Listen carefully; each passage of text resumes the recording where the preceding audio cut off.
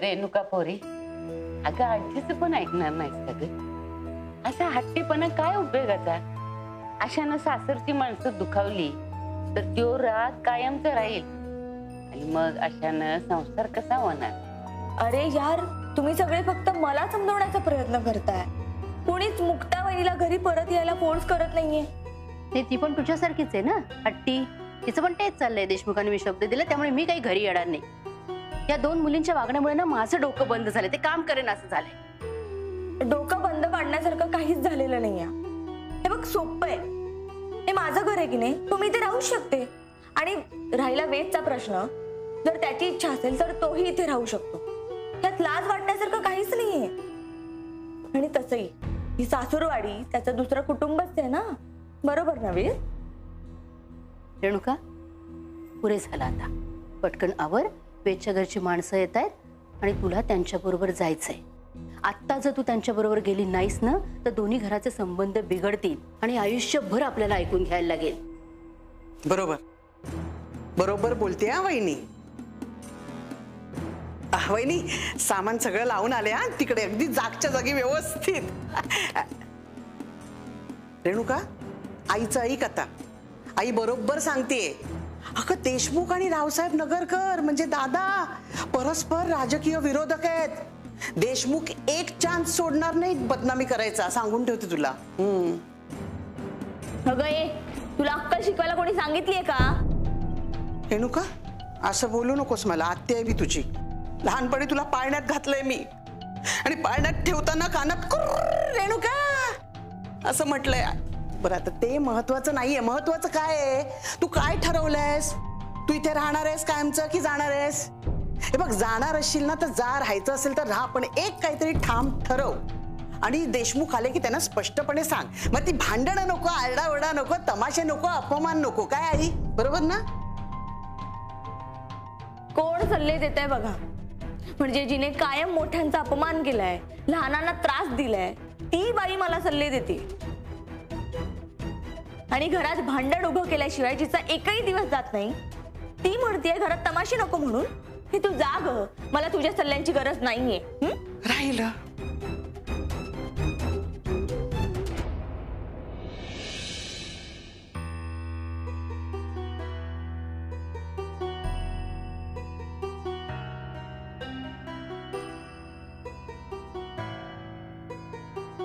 वीस हजार एवढे पैसे कुठून आणले?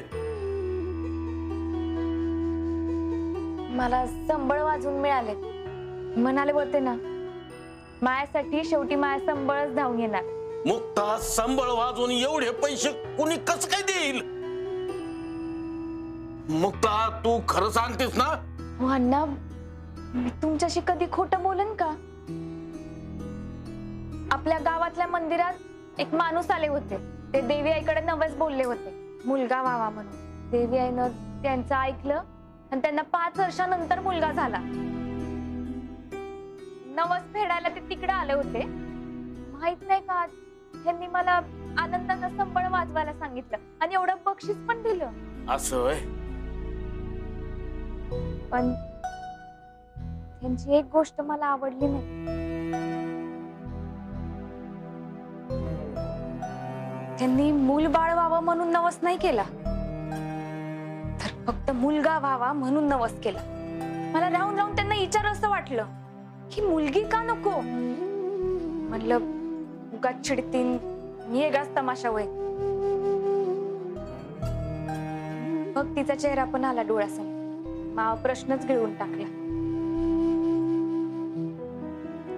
आता भक्तीच्या लग्नाची सगळी काळजी मिटली.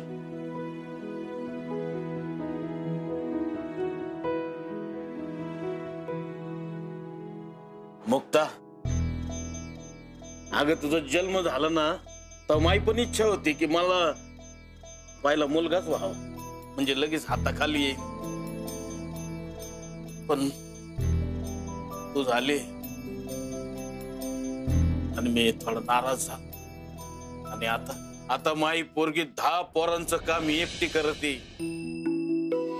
येळ प्रसंगी बापाची जागा घेऊन घराचा आधार होऊन उभी राहते.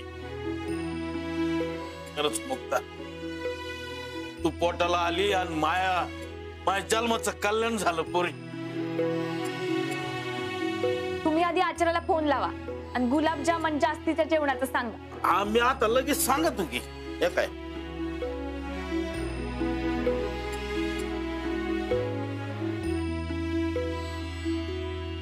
संबळ हातात घेतला तसे खाली ठेवू नको. स्पर्धाजवळ येईल. दादांना दिलेला शब्द आठवतोय ना? या स्पर्धेमध्ये तुला फक्त जिंकायचंय आणि जर का तू न जिंकता आलीस तर या घराचा उंबरठा मी ओलांडू देणार नाही तुला. आणि मी जरी जिंकले तरी मी परत त्या घरी नाही जाणार. मी फक्त रेणुकाताईंचं लग्न टिकावं म्हणून करते. मला त्या घरात कुणाचाच राग नाहीये. उलट मलाच सगळ्यात जास्त त्रास होणार आहे. मला स्पर्धेसाठी तयार करणारे माय गुरु, भाऊ काका, सगळ्यात मोठ्या पाठराखीण आजी, मोठी आई, हे सगळे त्या घरात आहेत. त्यांना त्रास होईन असं मी नाही वागणार. त्यांना त्यांच्या मुक्ताला जिंकताना बघायचंय. हे त्यांचं स्वप्न आहे. मी लई म्हणजे लई मेहनत घेणार आहे.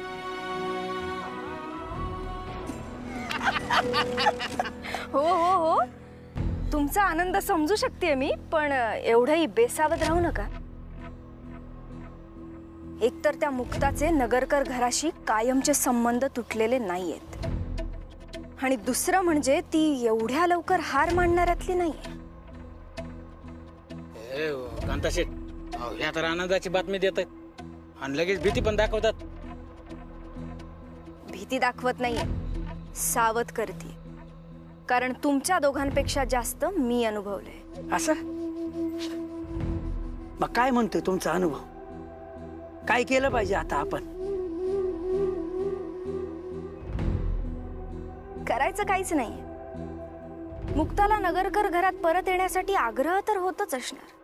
हा, आणि समजाच सारंग आणि मुक्ता घरी जायला निघाले तर आपण त्यांना घरी जाऊच द्यायचं नाही. आम्ही काय पोचू देतोय त्यांना? हे गप्पे, उतावळा नवरा कुठे गेला भाषण. हे बघा आर्या मॅडम, आमचा संबंध फक्त भक्तीपुरताच आहे. हा, आता मुक्ताच्या काळजाला खोलवर ठेच लागली पाहिजे अशी माझी इच्छा आहे. पण मुक्ता नगरकरांच्या घरी जाते का नाही जाते याच्याशी आमचा काही संबंध नाही. हा, आता ती नगरकरांच्या घरी गेली तर आमच्यापेक्षा तुमचाच जास्त तोटा आहे. आणि तुम्हाला वाटत असेल आम्ही त्या दोघांना नगरकर घरात जाण्यापासून अडवलं पाहिजे, तर त्या बदल्यात आम्हाला काहीतरी मिळायला पाहिजे. कारण जो लाजू लाजू झाला तो काजू काजूच मिळाला. मिळणार, तुम्हाला अपेक्षेपेक्षा जास्त मिळणार.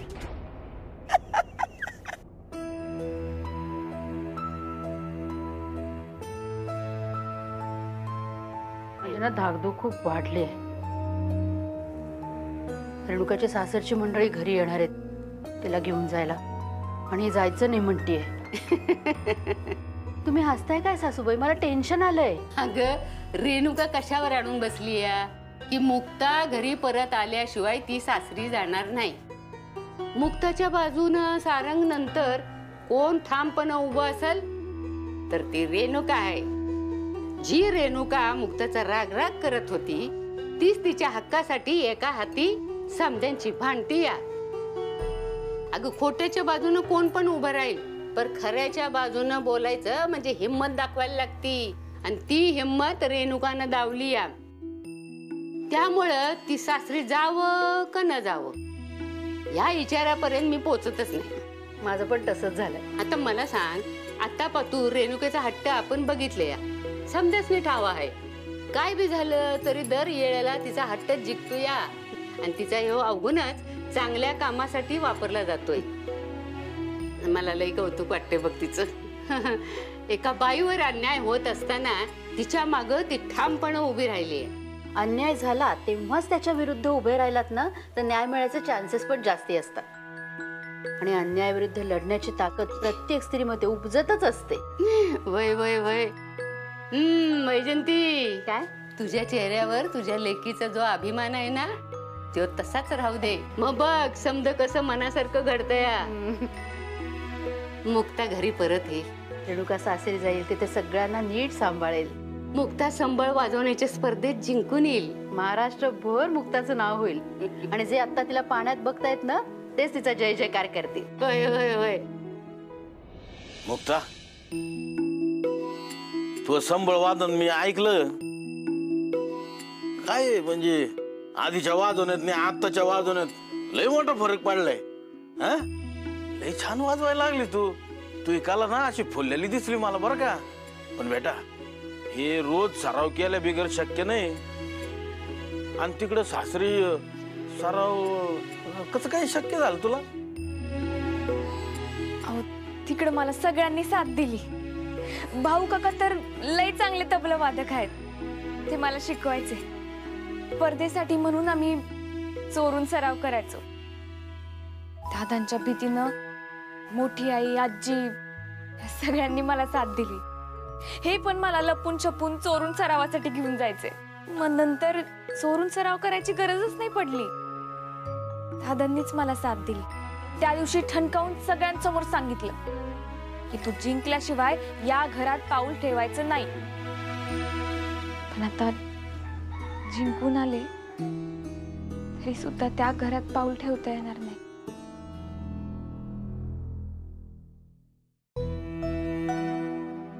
मुक्ता, आता तू या स्पर्धेत जिंकलीस तेव्हा तू या कलेची लोकांना चांगली ओळख होणारच आहे. बऱ्याच पोरींना यातनं प्रेरणा पण मिळेल. पण असं जरी असलं तरी मला जिंकायचंच आहे. मी जिंकलीच पाहिजे असं डोक्यात ठेवून ना मुळीच पुढे जाऊ नको बरं का. कारण जिंकण्याच्या भावनेपेक्षा आपली आपल्या कलेवरची श्रद्धा फार महत्वाची असते. पोरी, आपण पूर्ण पणाला लावायची आपली कला आणि समोरच्यावर सोडून द्यायचं. मी विजयी झाले तर मला हे भेटन, मला ते भेटन, हे डोक्यात ठेवून कधीच पुढे जाऊ नको आयुष्यात. आता मावच बघ ना, नवरात्रीत सलग 6 स्पर्धा मी जिंकलो. पण मी फक्त वाजवायचंच म्हणून त्या स्पर्धेत भाग घेतला आणि जिंकलो. पण गेल्याच वर्षी बघितलंस ना, जिंकल्यावर काहीतरी पैसे भेटतील म्हणून मी त्या स्पर्धेत भाग घेतला आणि माझ्यावरचा दबाव वाढला पुरी. आणि मग मला श्वासाचा त्रास व्हायला लागला. पुरी, विजय कुणाला नको असतो, जिंकायचं तर सगळ्यांनाच असतं. पण फक्त जिंकायचंच असा विचार केला ना की मग लक्ष भटकत. अण्णा, तुम्ही बरोबर बोलताय. मी फक्त जिंकण्यासाठी नाही वाजवणार, स्वतःची कला पणाला लावणार. अण्णा, एक विचारू? विचार ना पोरी. तुमची एक मुलगी लग्न करून घर सोडून जाणार, दुसरी मुलगी सासर सोडून घरी आली. याचा तुम्हाला त्रास नाही होत? नाही होत, अजिबात त्रास होत नाही मला. मी नशिबाला दोष देणारा माणूस नाही पोरी, आणि परिस्थितीला तर अजिबात दोष देत नाही मी. सगळा दोष माणसाच्या वागण्याचा असतो. पण एक भीती मात्र मला सतत वाटत राहते. कशाची? हे सगळं कधी थांबणार आहे पोरी? आता तू परत सासरी गेलीस की आपली ही गरिबी, आपला हा छोटेपणा सतत तुझ्या संसाराच्या आड येत राहणार. आणि आपली गरिबी हे तर न बदलता येणार सत्य आहे पोरी. पण मी कायम अशाच लोकांसोबत राहणार ज्यांनी मावळ सत्य स्वीकारले. तसं दादा, त्यांनी मला माझ्या गरिबीसह स्वीकारले. हे तेवढं एक लय बरं झालं. ते आता लय बदलले. तुला पण लेकीसारखा जीव लावित्यात ग. पण आता त्या रेणुकाच्या लग्नात जो काही तमाशा झालाय त्यामुळे त्यांच्या मनाला लय ठेच पोचले असणार पोरी. तुटून गेले असतील, खचून गेले असतील बिचारे. त्यांच्या मनात काय चाललंय त्यांचं त्यांनाच माहित.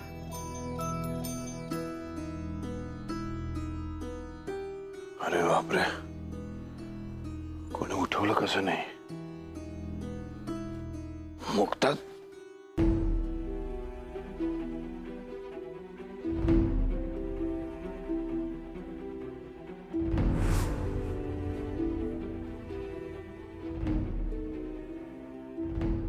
लवकरात लवकर आमची पाठवणी करा. पाठवणी होणार नाही. मी नाही जाणार. रेणुकाची अजून पाठवणी? अशी कशी झोप लागली मला. रेणुका, भास झाला आता. उठ आणि आवराला घे. वेचच्या घरचे कधीही येतील. हा, आणि हे बघ बाळा, आम्ही आता ना मुक्ताशी बोलतो आणि काही झालं ना तरी तिला आपल्या घरी नक्की घेऊन येणार आहोत. तुला चांगलं माहितीये आमच्यापैकी कोणीही तिच्याशिवाय राहू शकत नाही. हो, मला पण चैन पडत नाही हो. ऐक बाळा, असं नाही करू. अगं दादा, मला नाही जायचंय. नका पाठवू तुम्ही मला दादा. आणि माझी पाठवणी करायची असेल तर मुक्ता बहिणीला परत घेऊन या. तिच्या गळ्यात पडून रडल्याशिवाय मी या घराचा उंबरठा ओलांडणार नाही. हे बघ, ऐक माझं. जावं लागेल बाळा तुला. रीतिरिवाज आहे हा. ज्याच्या नावाची तुला हळद लागली आहे, ज्याच्या नावाचं तू मंगळसूत्र घातलंयस, ज्याच्या नावाच्या तुझ्या डोक्यावर अक्षता पडल्या आहेत, मुलीने पुढचं आयुष्य त्याच्या घरी काढायचं असतं. हा रीतिरिवाज आहे, ही परंपरा आहे. मालक, काय रे?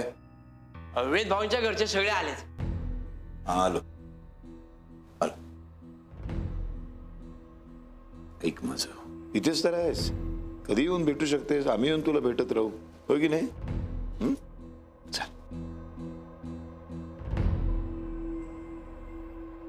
अरे नमस्कार. बसा.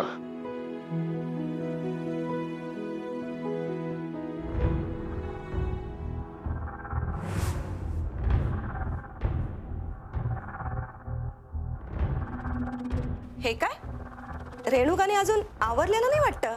ते मी हो, रेणुका तयारच होतीये. होईल तयार 5 मिनिटात. चल. रावसाहेब, काल जे घडलं ते आपण सगळ्यांनी विसरायला हवं. काय की त्याशिवाय दोन्ही कुटुंबाचा पुढचा प्रवास चांगला होणार नाही. आता आमच्याकडेच बघा ना, आम्ही झालं गेलं विसरून सगळं सोडून देऊन तुमच्या समोर उभे आहोत. हो ना, तसं पाहायला गेलं तर ठेच आम्हाला सुद्धा लागली आहे. काल सुनेशिवाय घरी गेलो, लोकांना उत्तर द्यावी लागली आहेत आम्हाला. तरी काही तक्रार न करता आम्ही इकडे उभे आहोत. नशीब वेदची हत्या काल घरी नव्हती. सुनेशिवाय आम्ही आलेलं बघून तिने भयंकर थैताट केला असता. आज तिला फ्लाईट मिळाली आहे. आम्ही गावी जाईपर्यंत ती पोचेल. जे झालं ते चांगल्यासाठी झालं असं म्हणूयात. आणि मुलांच्या भविष्यासाठी आनंदाने हसत खेळत रेणुकाची पाठवणी करा. चला, गाई करायला हवी. हो रेणुका, प्लीज. अरे वेद, मी घरी येणार नाही असं म्हटलंय का? मी नक्की येणार, पण माझ्या अटी मान्य झाल्या तरच.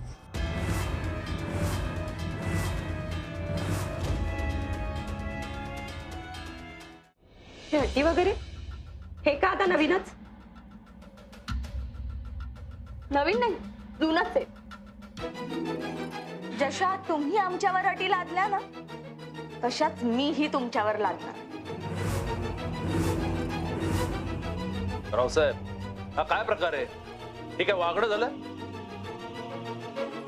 म्हणजे काय चुकीचं वागली ती? काल जसं तुम्ही बोललात तसंच ती आज बोलली. फक्त तुमचे शब्द तुमच्याच अंगावरती उलटून आले. त्याला प्रतिध्वनी म्हणतात. म्हणजे तुम्ही आम्हाला ब्लॅकमेल करताय? अजिबात नाही. आम्ही काय ब्लॅकमेल करणार? आम्ही तर आमची बाजू तर मुलीकडची, आणि मुलीकडच्या बाजूची माणसं ब्लॅकमेल करायची हिंमतच दाखवू शकत नाहीत, नाही का? आणि ब्लॅकमेल कसं करावं याचं उत्तम उदाहरण, उत्तम धडा कालच मिळालेला आहे आम्हाला.